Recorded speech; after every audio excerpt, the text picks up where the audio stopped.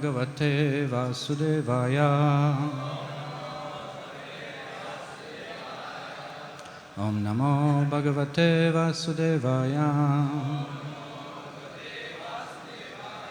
Om Namo Bhagavate Vasudevaya.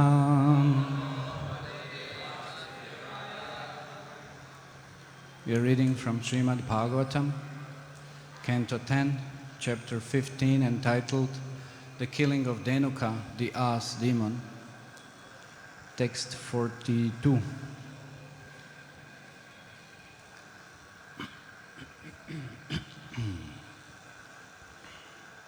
Tam Goracham Churitam Kuntalam Badham Barham Vanya Prasunam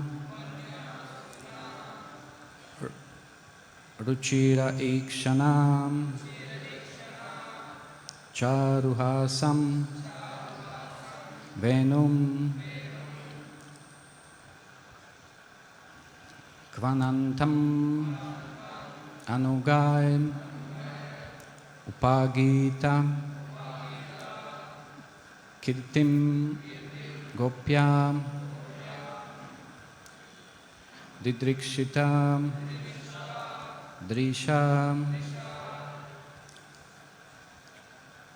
Abhagyaman Sametam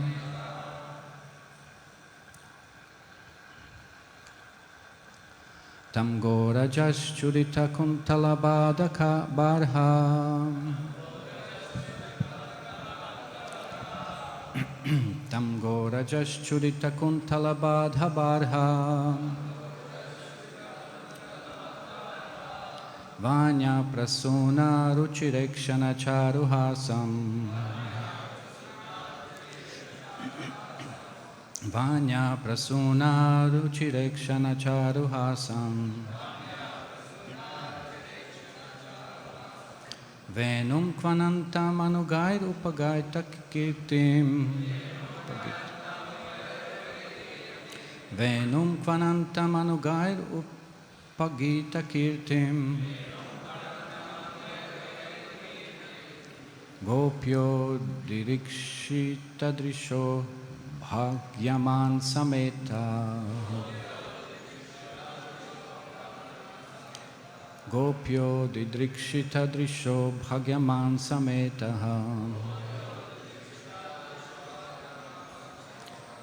Tvam Gorajas Churita Kuntala Bhada Bharha Vanya Prasuna Ruchirekshana Charuhasam Venum Kvanantam Anugair Upagita Kirtim Gopyo Dirikshi Tadrisho Bhagyaman Sametaha Tam Gorajas Churita Kuntala Badha Barha Vanya Prasuna Ruchirekshana Charuhasam Venum Kvanantam Anugair Upagita Kirtim Gopyo Didrikshita Drisho Bhagaman Sametaha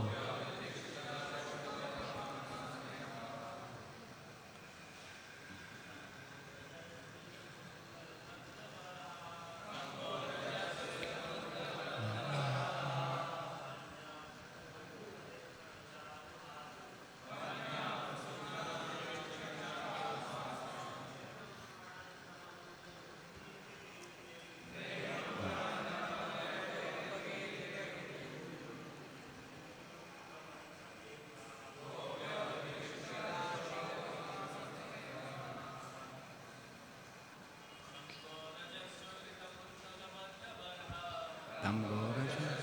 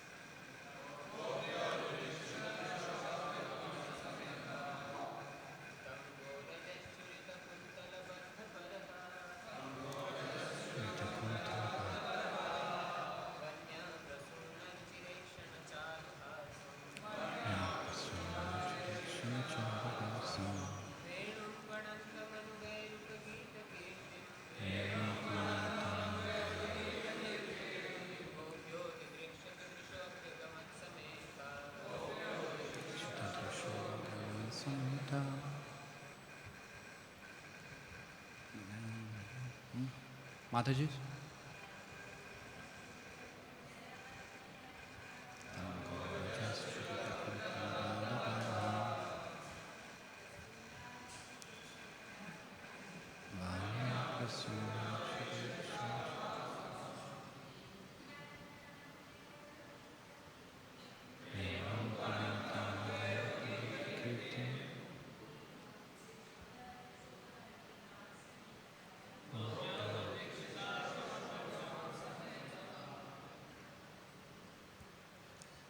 Tam, him, Goraja, with the dust raised by the cows. Churita, smeared. Kuntala, within his locks of hair. Baddha, placed. Barha, a peacock feather. Vanyaprasuna, with the forest flowers. Ruchira Ikshana, charming eyes. Charuhasam, and a beautiful smile. Venum, his flute. Kvanantam, sounding. Anugai, by his companions. Upagita, being chanted. Kirtim, his glories. Gopya, the gopis. Didrikshita, eager to see. Drisha, their eyes. Abhagyaman, came forward. Sameta, in a body. Translation and purport by the disciples of His Divine Grace A.C. Bhaktivedanta Swami Srila Prabhupada. Lord Krishna's hair, powdered with the dust raised by the cows, was decorated with a peacock feather and forest flowers. The Lord glanced charmingly and smiled beautifully, playing upon his flute while his companions chanted his glories. The gopis all together came forward to meet him. Their eyes were very eager to see him. Purport. Superficially, the gopis were young maiden girls, and therefore they would naturally be ashamed and fearful of casting loving glances at a beautiful young boy like Sri Krishna. But Sri Krishna is the Supreme Personality of Godhead, and all living beings are His eternal servants. Thus the gopis, although the most pure-hearted of all great souls, did not hesitate to come forward and satisfy their love-struck eyes by drinking in the sight of a beautiful young Krishna.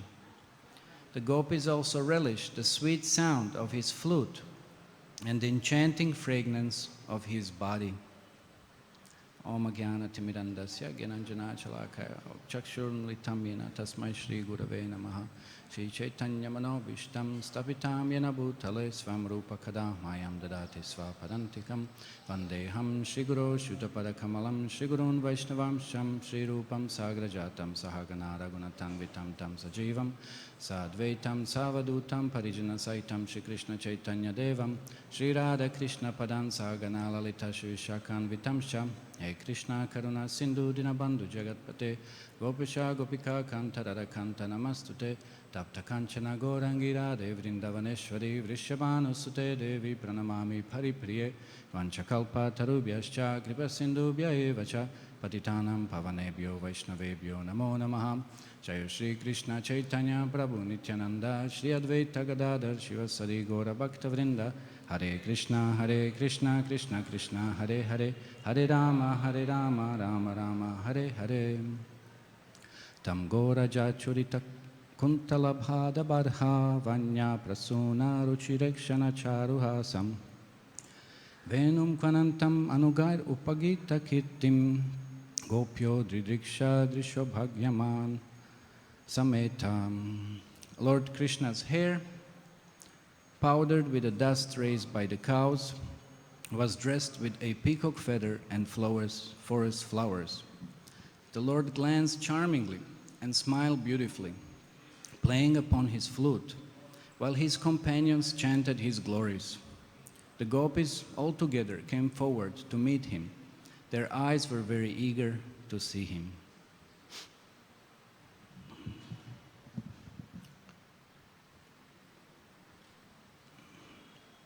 This verse describes the attractive features of Lord Krishna. And by this point, Krishna has been playing in the forest with his cowherd boy friends. And inevitably, as we know, almost practically every day, Krishna, as a part of his sporting pastimes, he kills some demon. Now in this chapter, the killing of the Dhenuka, the ass demon, has been described. And after killing the Dhenukasura, now Krishna is returning back to his home. During this morning and afternoon hours of his play with the cowherd boys and tending the cows, Krishna spends most of the time then therefore with them.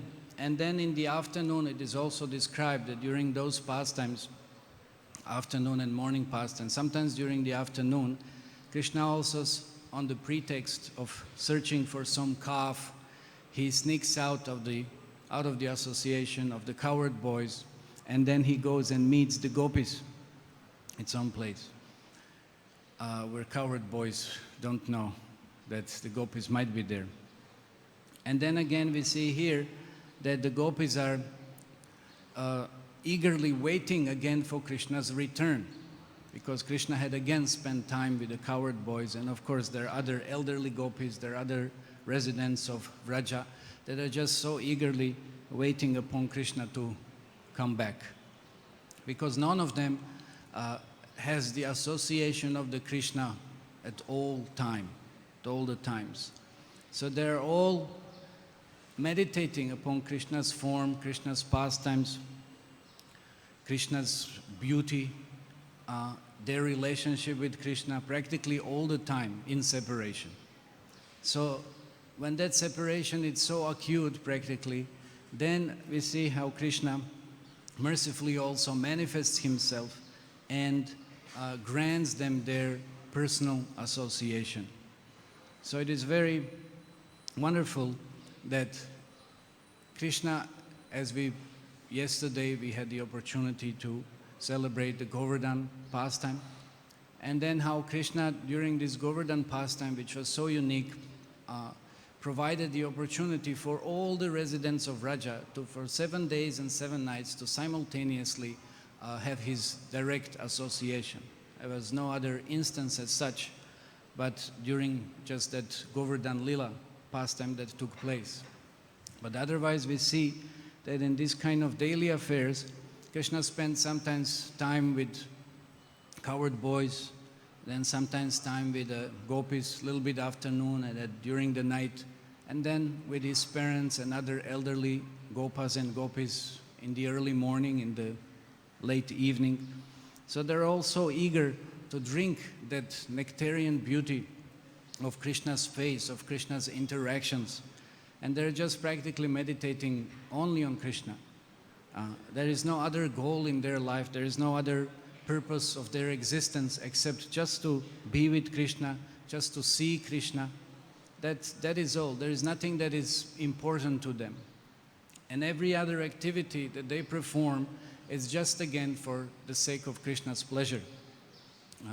They will sing, like we know, Mother Yashoda also, when Krishna, first thing in the morning, when Krishna wakes up, even before, Mother Yashoda immediately, she's just constantly singing glories of Krishna, describing his qualities.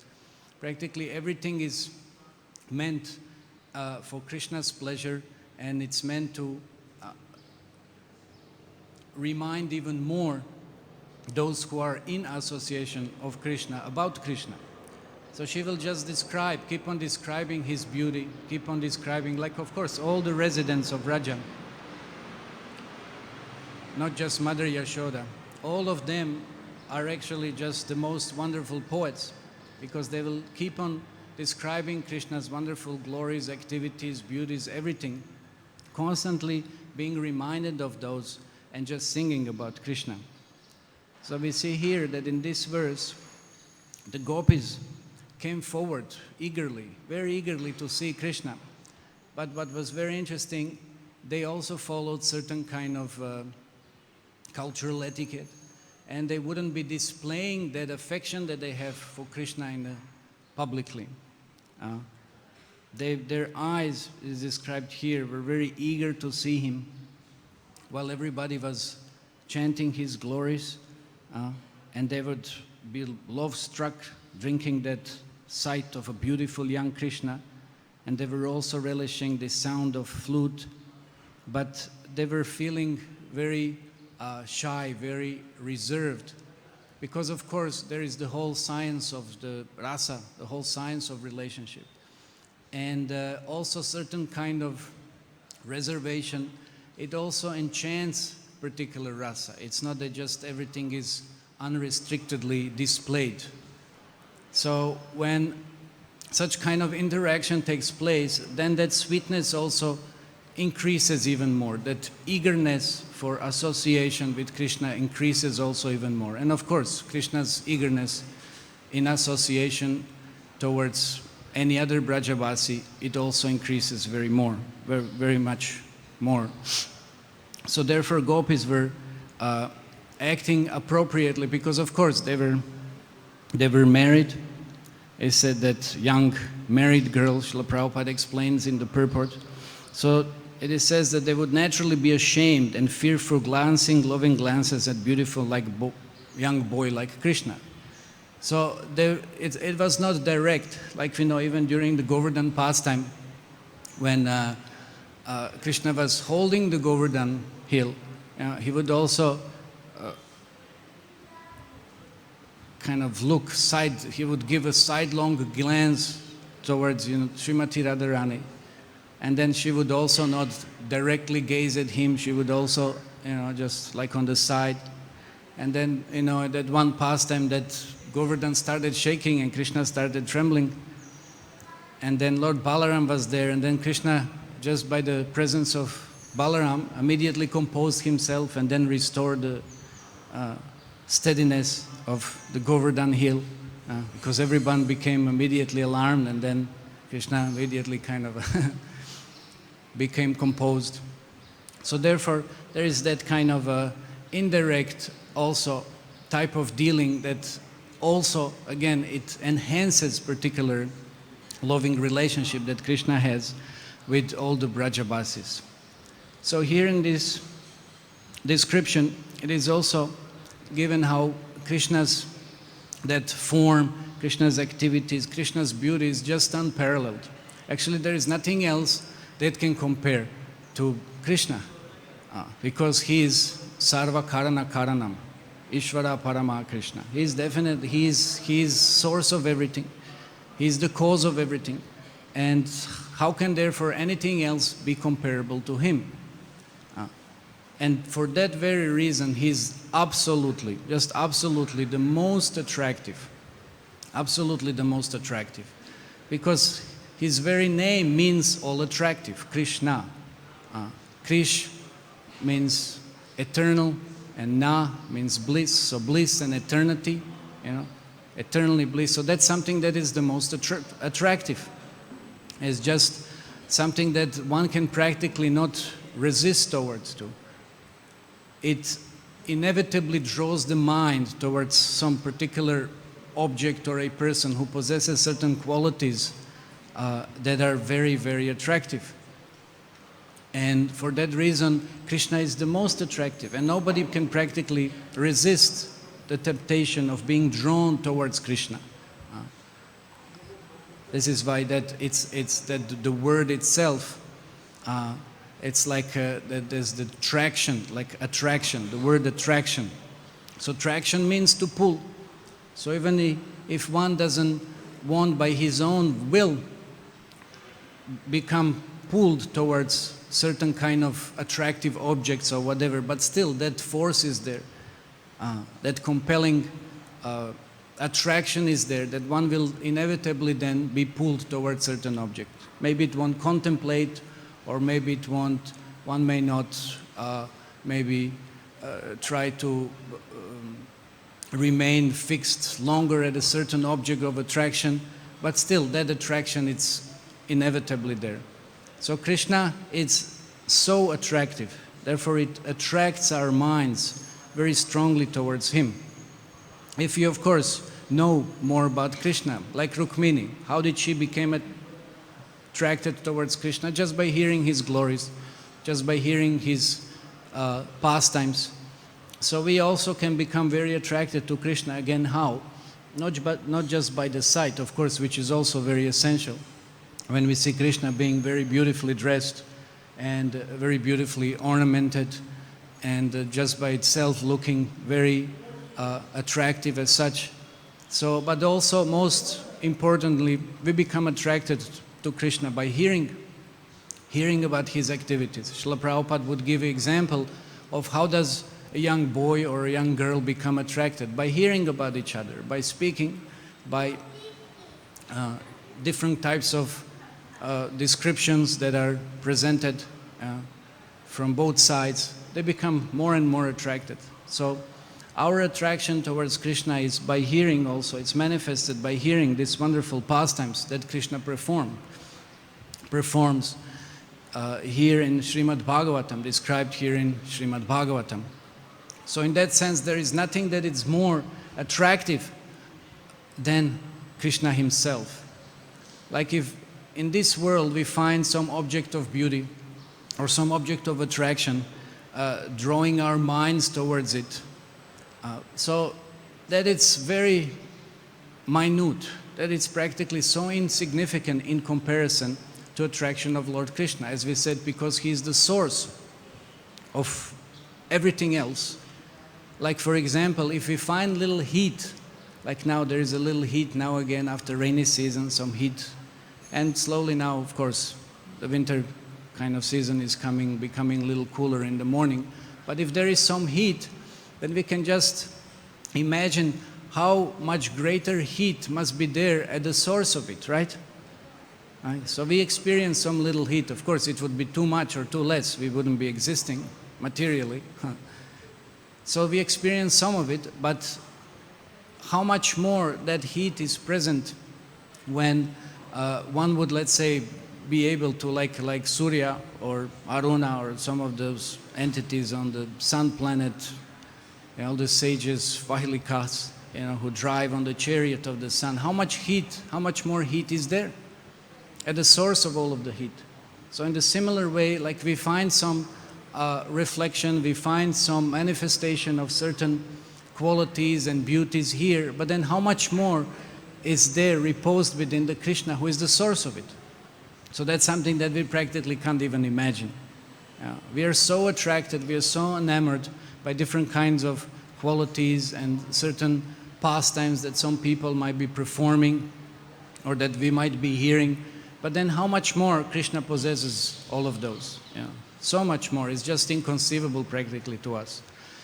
But at least we are having some glimpses of those descriptions of Krishna's beauty, Krishna's pastimes that are given in the Srimad Bhagavat Purana especially, and of course some of those given by six Goswamis and the other acharyas, presenting to us some of the little more deeper, intimate dealings that Krishna has with his devotees. So Krishna's beauty is just uncomparable. Krishna's qualities are just uncomparable. The only difficulty is that we, when we are not here in this world attracted, when we are not attracted to Krishna, then we don't perceive that those qualities of Krishna. It's just like, for example, that magnet which is rusty. It doesn't attract iron or another magnet. So that is because our all qualities are perverted qualities, qualities of lust, anger, greed, envy, madness. So for that reason we are not attracted to Krishna. But if we practice this process that is given, the process of sadhana bhakti and chanting of Krishna's holy names, Hare Krishna, Krishna Krishna, Hare Hare, Hare Rama, Rama Rama, Hare Hare.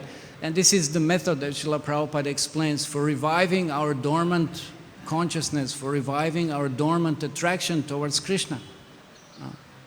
Because now we are just like, Srila Prabhupada also gives in one of the purports, he gives the analogy, we are just like the thieves, we are just like the criminals practically, those who have fear from government, those who feel whenever they see the policeman, for example, they fear that they will be somehow punished, they fear that they will be chastised, they don't feel attracted towards any representative of the government. But whereas the law-abiding citizens, he has completely different kind of mentality. He feels attracted when there is some need, and hesitatingly, definitely he approaches and asks for certain kind of benefit that might be there.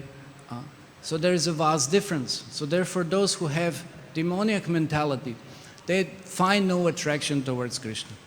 And why they don't have that attraction towards Krishna? That is there again because of envy. Because of envy. Because they want to be Krishna themselves. That's why they don't have that attraction. But again, at the same time, that attraction is there. But it's so grossly perverted that it's manifested through envy. Attraction is there because again, even as I said, one cannot remain indifferent by not being attracted to Krishna. But it's just that attraction is just attraction of hatred, attraction of envy. Raga dvesha vimuktastu, or what is that verse that we fall down? Ichcha dvesha vimuktena. So just because of that, then therefore we don't have attraction towards Krishna. But by purifying our consciousness, by tasting then some of that nectar that it's available in the form of devotional service, then gradually and slowly, like the position of from a position of someone who has the jaundice, and then drinking more and more of that sweetness, that sweet nectar of Krishna's pastimes, then we can become gradually more and more attracted and attached towards those pastimes that Krishna is performing. So that has to take place steadily, and that has to take place through the guidance, as we know, of those who have or who are practicing this very same process themselves. So then there is nothing more important, there is nothing more significant than this epicenter of that attraction, because we are all looking for it. We ourselves, in ourselves, are not perfect to the extent that we will or can be actually Atmaramas. We can be Atmaramas, how? Only in association or in connection to Krishna. That is the position of Atmaram. But Krishna is the only Atmarama actually, because he is the one who is self-satisfied. He is the one who is full and perfect, completely perfect in itself. And for that reason we have to be in connection with him, just like the sparks within the fire. Out of the fire there is no meaning of any spark. So we have to revive that lost connection that we have with Krishna. And once that is revived, then of course then we can keep on tasting all the nectar that Krishna is ready. He is just so kindly providing all these wonderful attractive pastimes to everyone practically. And if we don't take advantage of it, then that is our misfortune. That is our misfortune. And then we will be what? Keep on loitering in this material world, still seeking, like George Harrison wrote in the Krishna book, everybody's looking for Krishna. Some know it, some don't. So better we come to know what we are really missing, what we are really looking for. And then embark on that kind of journey towards Krishna. And we see Krishna definitely goes even much forward towards us. And he is ready, because he is the Vishay and we are the ashray. He is providing, He is reciprocating, He is manifesting all the wonderful forms and pastimes and everything else for our pleasure. He's ready to do that. He's the most wonderful, He's the most beautiful. Madan Mohan, of course, who is even more enchanting than Krishna, it's Madan Mohan, Mohini. Madan Mohan, and just like He's the conqueror of the Cupid. He's so attractive, He's so beautiful. Just like Cupid was boasting, he was contemplating, thinking, saying that I have conquered Lord Brahma, I have conquered Lord Shiva. Of course, he lost gross body for that, but still he was thinking, I'm so powerful. And now the only Krishna remains. Now I will also conquer Krishna. So once he came to Vrindavan, and then during the Rasa Lila dance, he thought that, but I should remain somehow hidden, undetected. So he thought, I will climb amongst the branches of some tree, and I will wait for the opportunity so that I can shoot my arrows and affect Krishna in such a way. So then when he was hiding like this with his bow and arrow, waiting, of course, the flowery arrows, very unique type of arrows, and Krishna was performing his Ras Lila, and then when Cupid was contemplating and being focused, meditating on all these different pastimes or dances and exchanges that Krishna has been having with the gopis, then he became so charmed himself, he became so overwhelmed by Krishna's different movements, by Krishna's different, like these kind of dealings and his beauty, that he fell intoxicated and he fell down from the tree. And of course, he didn't achieve his purpose. So he has been defeated by Madan Mohan. And then the gopis, when they found him, they thought, oh, who is this? Some, like childlike demigod, because it has wings, must be a demigod, it must have been flying, and somehow he lost control and landed up here. So they thought this is Cupid. So he couldn't defeat. So therefore, Krishna is known as Madan Mohan. And of course we know Srimati Radharani is Madan Mohan Mohini. She is even more enchanting. She is even more beautiful than Krishna. But then who is even more beautiful than even, so to say, Radharani and Krishna? It's Chaitanya Mahaprabhu. Because Chaitanya Mahaprabhu, it's Krishna who is Madan Mohan and who took the beauty and everything else, practically, all the other qualities of Srimati Radharani. So he's Radha and Krishna combined. So he's even more enchanting. We know when he was traveling down South India that whoever would perceive, whoever would see Lord Chaitanya Mahaprabhu, they would just be so drawn towards him. He was so attractive, he was so beautiful. So he's beautiful Krishna dressed practically in that beauty of Srimati Radharani. So he's the most enchanting. So therefore when we follow in his footsteps, when we chant Maha Mantra and when we perform devotional service, when we preach, then we can also drink that nectar of that beauty of Chaitanya Mahaprabhu, who is revealing himself to everyone within their heart or even externally in so many various ways, but again, through devotional service. Of course, that direct perception might not be there at our stage. But at least we can perceive him through his activities and by our engagement by following his instructions. So therefore Krishna is the most enchanting. Krishna is the most wonderful. And especially here we see his playing of the flute, whatever activities he does, whatever pastimes he performs. And we know these are the special 4 qualities of Lord Krishna.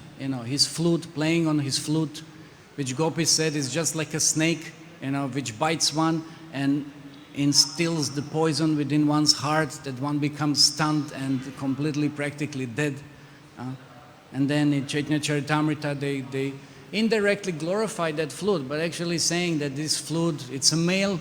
How can, Krishna place his lips on the male flute, and which is crooked and filled with so many holes. So actually they're condemning that flute, wishing that they would be actually in that position. But in another sense, they're glorifying that very flute. of Krishna. And we know that that flute has the incredible potency and incredible power to attract absolutely everyone. And nobody remains indifferent to it. And it's very personal. When Krishna plays the flute, everyone feels that actually Krishna is calling them. So that's that power of Krishna's flute, Krishna's devotees. There's nothing that can compare to Krishna's devotees, who in different rasas interact with Krishna.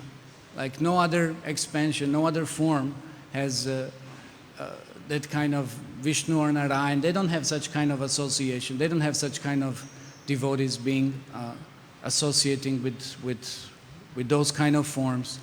And then of course Krishna's pastimes, like we see here, killing of all these demons, and then returning back, towards these Brajavasis, who are eagerly awaiting for his association, or just the opportunity to just see him or hear about him.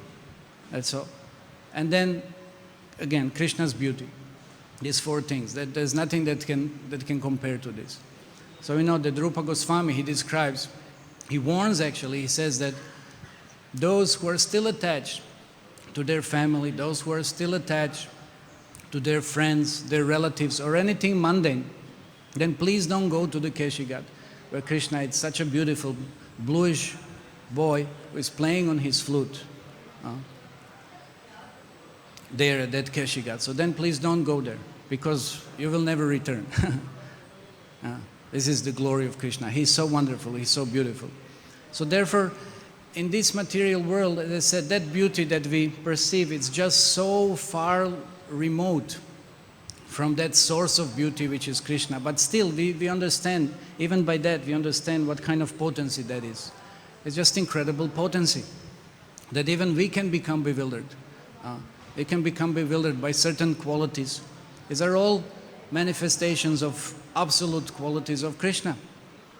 So we become enchanted, we become bewildered, but there is nothing absolutely in comparison to what Krishna is possessing. Like we know, the wars practically have been fought because of attraction towards the opposite sex. Like Ravana, for example. Ravana kidnapped Sita. Everything happened just because of that. In the West, there is a famous story of Troy, Helen and Troy.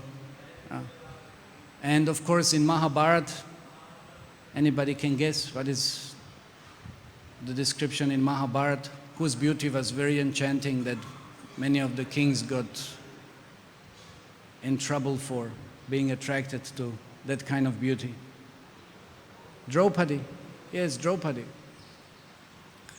Karna also, he attempted to win the Draupadi's hand, when he saw her at the Swayamvar.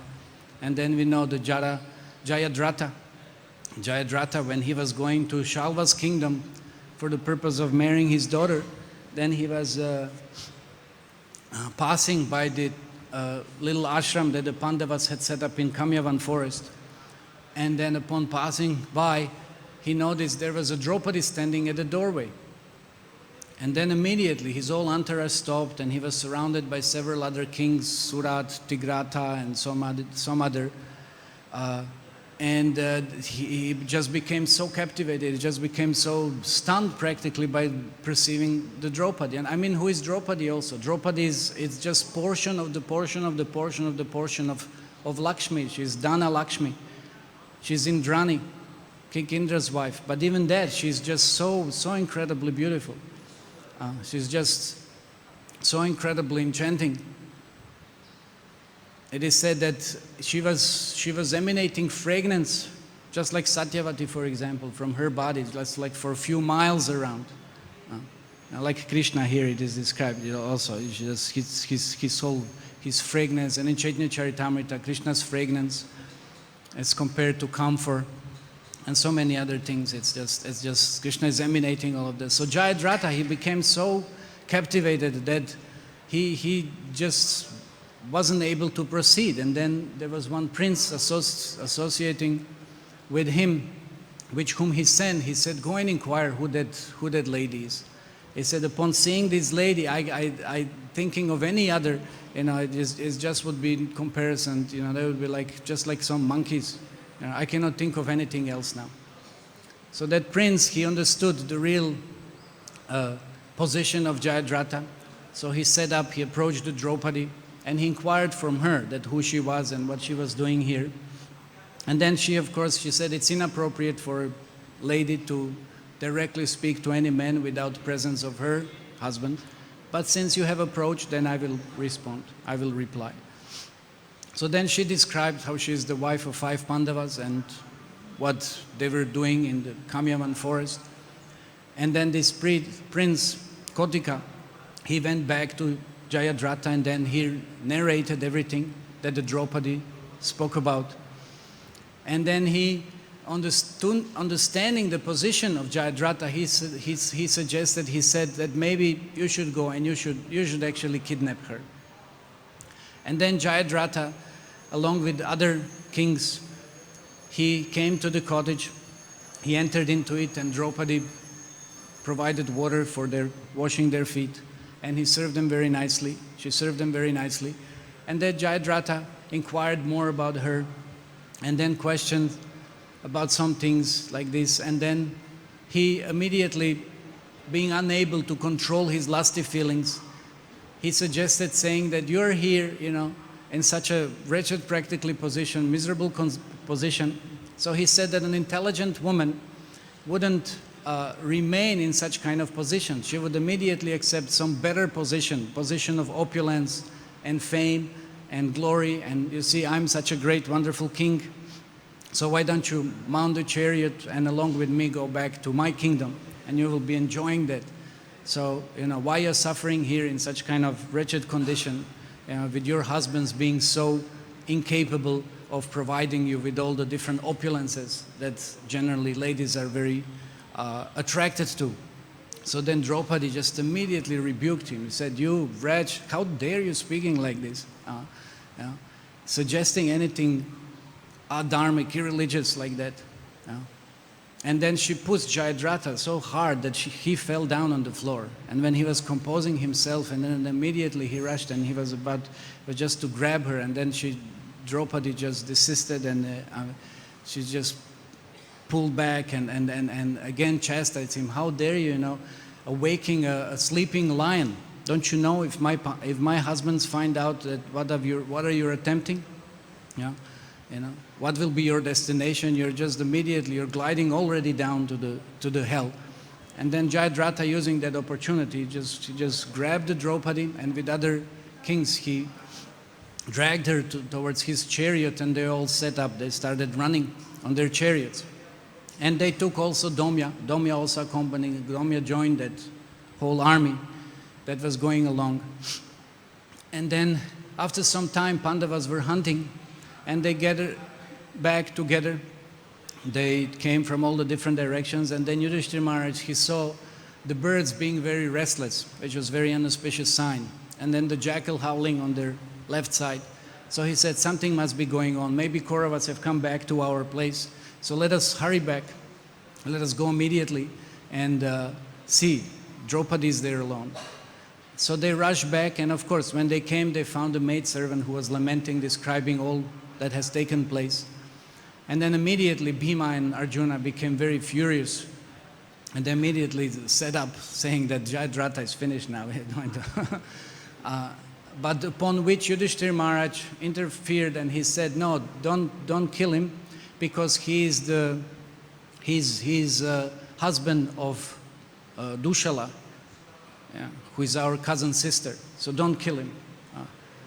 And then all of them started chasing the army, that entourage of Jayadratha, and of course within a very short period of time they caught up with them, and the fight ensued, and the Surat king was immediately caught and killed. Tigrata king also. Of course Yudhishthira Maharaj's horses were affected, they were knocked down, but Yudhishthira Maharaj leaped upon Nakula's chariot. Anyway, they were fighting like this, killing all the different soldiers, elephants. The big fight ensued. And then Jayadratha, somehow or other, he left the Draupadi, and then he started running on his own in his chariot. And then Yudhishthira Maharaj said, we will all go back with Draupadi, ensure that she is well. And you, Bhima, and Arjuna, you proceed and capture Jayadratha. And then Bhima was kind of unhappy. He was very unhappy actually. He was commenting that, why should we capture? We should immediately kill him. We can just immediately punish him for such a ignoble deed that he performed. He was very, very furious. But then Yudhishthira Maharaj was still reminding, no, because he's still the husband of Dushala, so it would be very inappropriate. So Bhima was commenting that actually because of just this, Yudhishthira's very merciful nature, and Arjuna, your so-called morality, now we cannot perform the acts that actually should be performed. And even Draupadi was saying, no, he should be killed, he should be killed. She was very furious, of course. She was very offended. And it was very inappropriate to place her in such kind of circumstance. So then still Jayadratha was on his chariot, and Bhima and Arjuna in pursuit. And then Arjuna from the distance, he shot some arrows, disabled the chariot, and then Jayadratha fell down. And still he started running with a great speed. And then both Bhima and Arjuna, they started running towards Jayadratha, and finally Bhima caught him from behind by the hair. He grabbed him and he dashed him on the floor and started punching him till Jayadratha fell unconscious. And then Bhima placed his knees on his chest and he started punching again until he fell unconscious.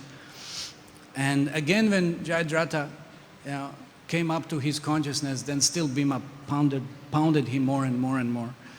And then Bhima took the sharp crested arrow and then shaved him, leaving only 5 different tufts on the hair. And then when Jayadratha came back to consciousness, then he said, now you must declare that you're Yudhishthira's slave. You must declare that you're Yudhishthira's slave. And then they pulled him back and he agreed.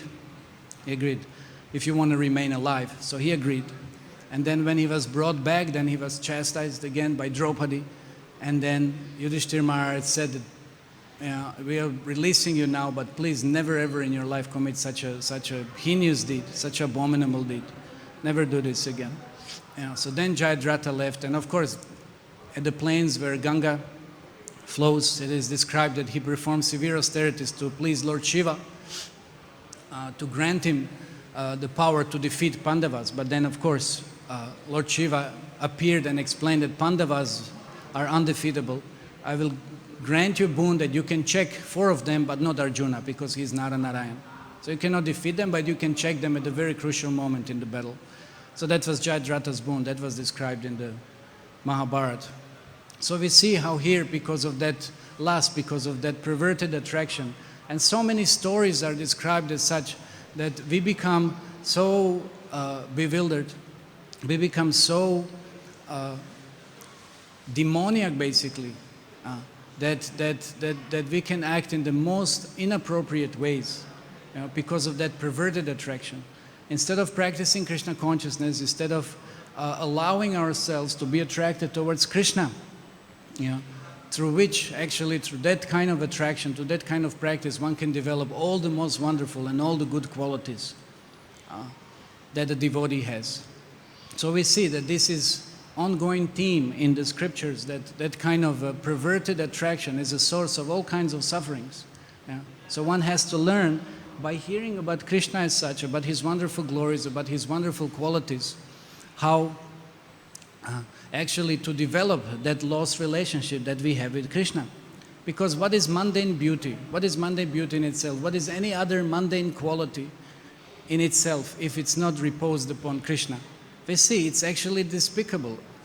Like if we would all sometimes be attracted, like I said, there is that attraction, there is towards fame, there is attraction towards beauty. Or let's say some movie, Bollywood star comes here. There would be attraction, maybe even some beautiful or handsome one, whatever it might be. But what are they as a person, as their character? What if they ignore you? What if they don't treat you? What if they don't respond? What if they're proud of their position, beauty, whatever it might be? Would we be attracted then? No, we would be left, completely disappointed. So any such kind of quality, even the kind of such a minute quality that we might be attracted, but if it's not followed, if it's not accompanied by charm, if it's not, there is no sweetness there. So it's like a formula. It's charm. It's a beauty, charm, and sweetness. That's what Krishna is possessing. Beauty, charm, and sweetness. This is what Krishna is possessing. But nowadays, even people have little beauty, but definitely there is no charm. There are no good qualities. It's like some ordinary person when you meet someone in their home and they serve you nicely and they're humble and they're outgoing and they're very reciprocating. That's something that it's attractive. That is something that it's so captivating. Yeah. But nowadays in this mundane world we don't find all of those qualities being present together as Krishna has all of those qualities. And therefore Krishna is that epitome of the most wonderful appearance and beauty. We know that when the deity of Radharaman appeared, it has been described that he has all the qualities of Gopinath, Madan Mohan, and Govindaji. Why? Because when Uttarat, she was the only one present. I was going a little fast, 2 more minutes, you're done.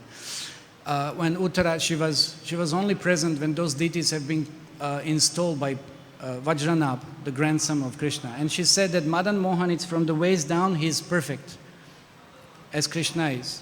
Then Govindaji is from the waist till the neck, and then Gopinathji is from the neck all the way up above. So then when the Goswamis saw Radharaman, they said that actually he's just like all the Govindaji and Gopinathji and Madan Mohan all together. He's just that most wonderful, enchanting epitome of that beautiful appearance. So that is what and who Krishna is. So again, for that reason we hear and we relish this kind of pastimes, just like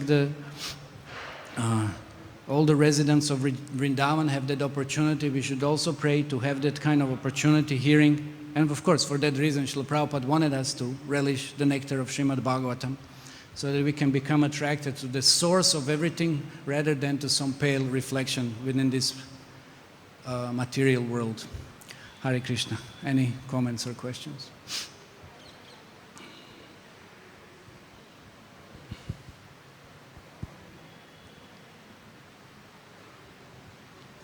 Okay, then we'll stop up Ramakrishna.